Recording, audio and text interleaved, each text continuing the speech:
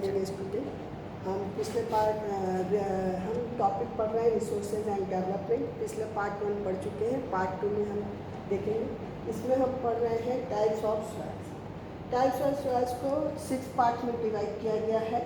First alluvial soils, red soils, black soils, laterite soil, desert soils and mountain soils. तो first हम पढ़ेंगे alluvial soil. Alluvial soil किस colour के होते हैं? देखो आप, रेड कलर के दिखाई दे रहे हैं हमको। Alluvial soil is the most fertile. ये हमारे फर्टाइल होते हैं और separate soil found in India, और ये इंडिया में पाए भी जाते हैं। It is form due to deposition of fine steel called alluvial by the river, और ये नदियों के किनारे डिपॉजिट होकर बनते हैं।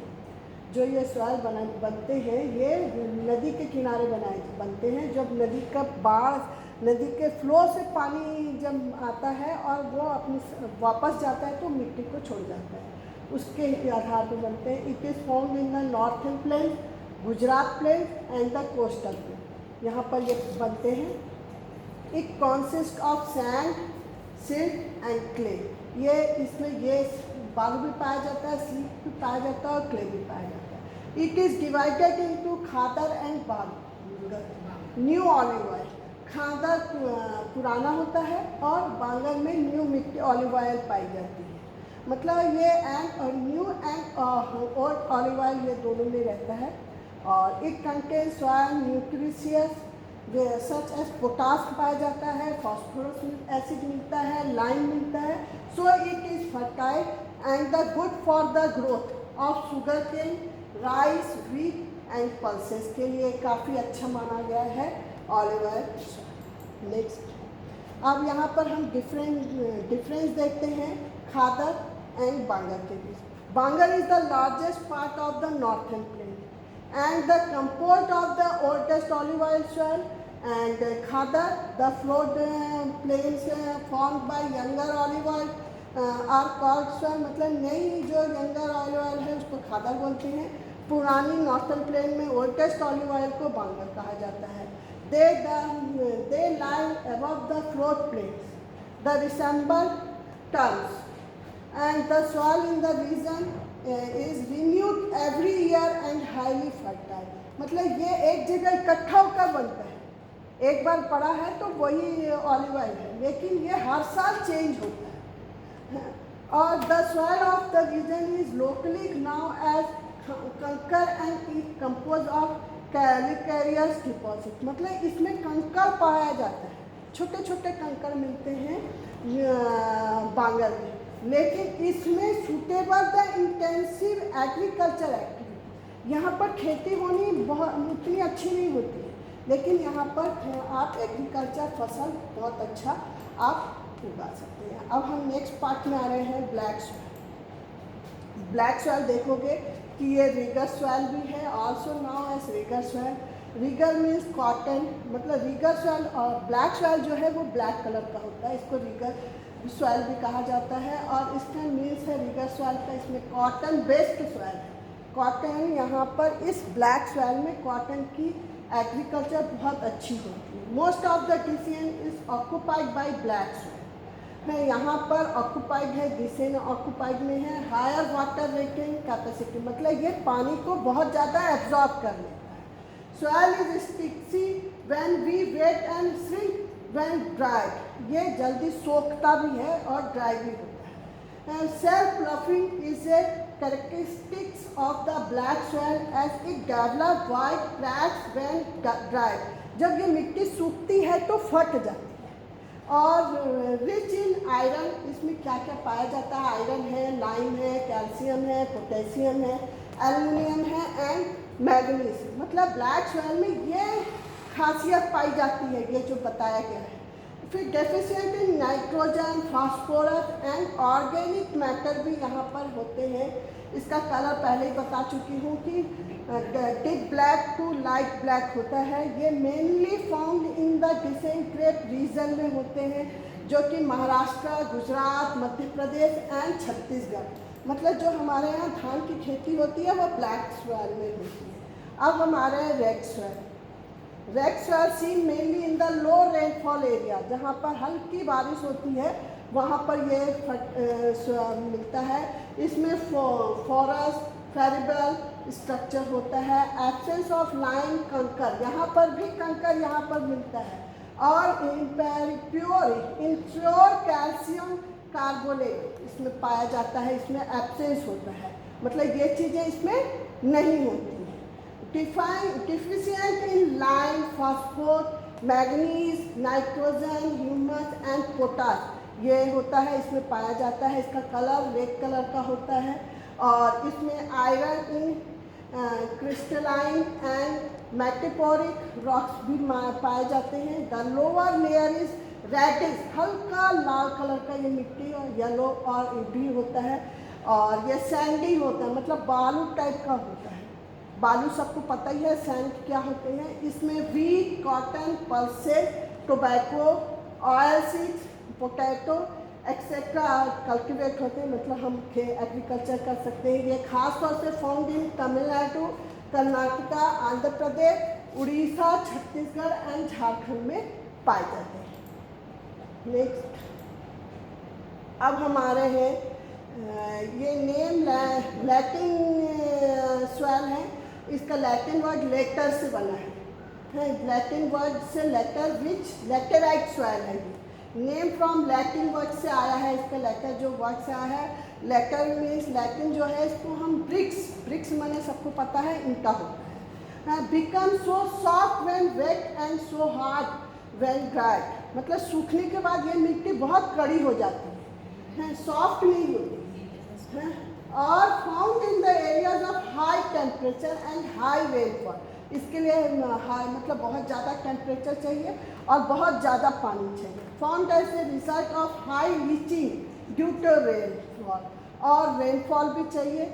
Organic matters to the soil will be removed fast by the bacteria, इसमें as it's high temperature and humus will be taken quickly by the trees, जो मतलब प्लांट्स के लिए बहुत ज़रूरी है।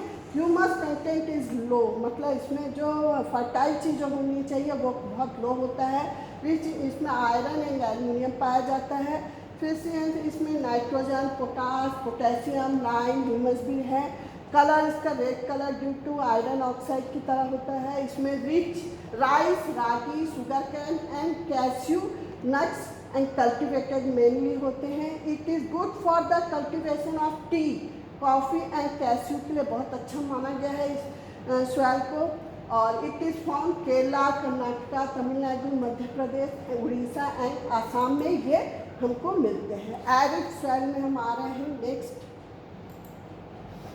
Seen under the arid and semi arid conditions, deposit mainly by wind activities, मतलब ये जो एरिड सॉइल है ये हवा के से झोंके से आते हैं और उसके डिपॉजिशन से डिपॉजिट होते हैं और बनते हैं।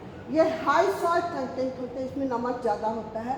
Lack of moisture and humus होता है और इसमें नमी और पोषक तत्व ज़्यादा होते हैं। कंकर of impure calcium carbonate content is high which restrict the inflation of water में पाए जाते हैं। टेक्सचर जो होता है सैंडी होता है, मतलब सैंड वाले होते हैं। ये रेड या ब्राउन होते हैं। फाउंड इन वेस्टर्न राजस्थान में ये सॉइल मिलती है। अब फॉरेस्ट सॉइल में हम आ रहे हैं। फॉरेस्ट सॉइल देखते हैं। Forest soil are found in the forest area, मतलब जहाँ पर जंगल हैं वहाँ पर ऐसे पाए जाते हैं और इसके लिए सफिशिएंट रेनफॉल इज अवेलेबल होनी चाहिए, मतलब यहाँ पर पानी बहुत ज़्यादा मात्रा में होना है। The soil vary in structure and texture depending on the mountain environment where they are form. ये पहाड़ी इलाकों में ज़्यादा होते हैं। एनवायरनमेंट जो होता है ये पहाड़ी इलाकों का एनवायरनमेंट पे यहाँ पर पाया जाता है। They are loamy and silky on valley sides and coarse grain in the upper slope, मतलब ये ढलान वाले एरिया में होता है।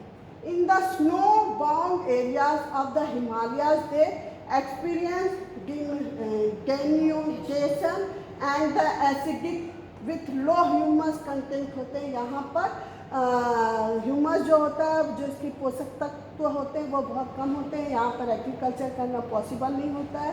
The soil found in the lower valley and fertile, मतलब लोअर वैली में होते हैं और ये फर्टाइल होते हैं। हम आ रहे हैं सॉइल इरोजन में। सॉइल इरोजन में देखो यहाँ पर मिट्टी क्या होती है, बहती है, मतलब टूट कर गिरती है या पानी के बहाव से बह जाती है। तो देखते हैं removal of top soil from one place to another by natural agencies is called soil erosion, मतलब एक जगह से मिट्टी बहकर दूसरी जगह चली जाती है। It is case by running water and wind से होता है। ये कैसे होता है, जब बहुत तेज बारिश हो रही है तब ये पॉसिबल होता है, या बहुत हवा तूफान आता है तब एक जगह की मिट्टी दूसरी जगह जाती है।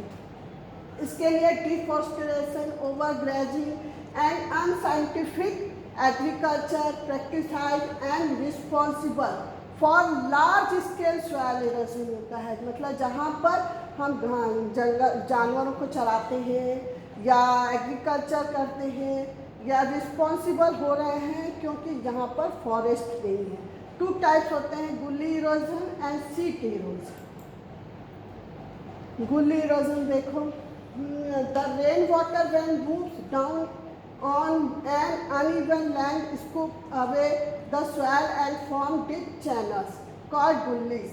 मतलब यहाँ पर क्या हो रहा है कि मिट्टी जो हो रही है मूव हो रही है डाउन अनइवन लैंड स्कूप, मतलब लैंड स्लाइडिंग होती है और वो मिट्टी अचानक गिरती है, उसको हम गुल्ली इरोजन कहा जाता है। ये लैंड विज द ब्रोकन, मतलब बैड लैंड जो होती है, गंदी लैंड जो होती है, बड़े बड़े पत्थर हैं, ये टूट कर गिरते हैं, इसको बैड लैंड भी कहा जाता है। ये bad land is unified the cultivation and for other economic activities के लिए यूज होती है।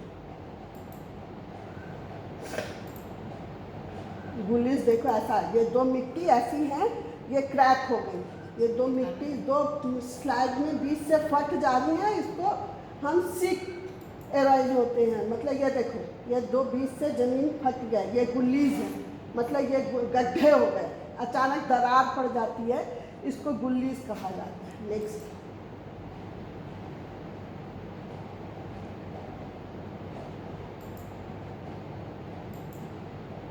seek errors. Sometimes water flow as a seek over large areas down a slope. The water takes away the top soil. This type of erosion is called seek erosion. इसमें क्या होता है, जब बहुत ज़्यादा पानी गिरता है और पानी फ्लो में बहता है तो ऊपर की जो मिट्टियाँ होती हैं उनको बहाकर अपने साथ ले जाती हैं, उनको हम सीक इरोजन कहते हैं। सॉइल कंजर्वेशन मेजर काउंटर, इसको हम नेक्स्ट इसमें देखेंगे। Thank you.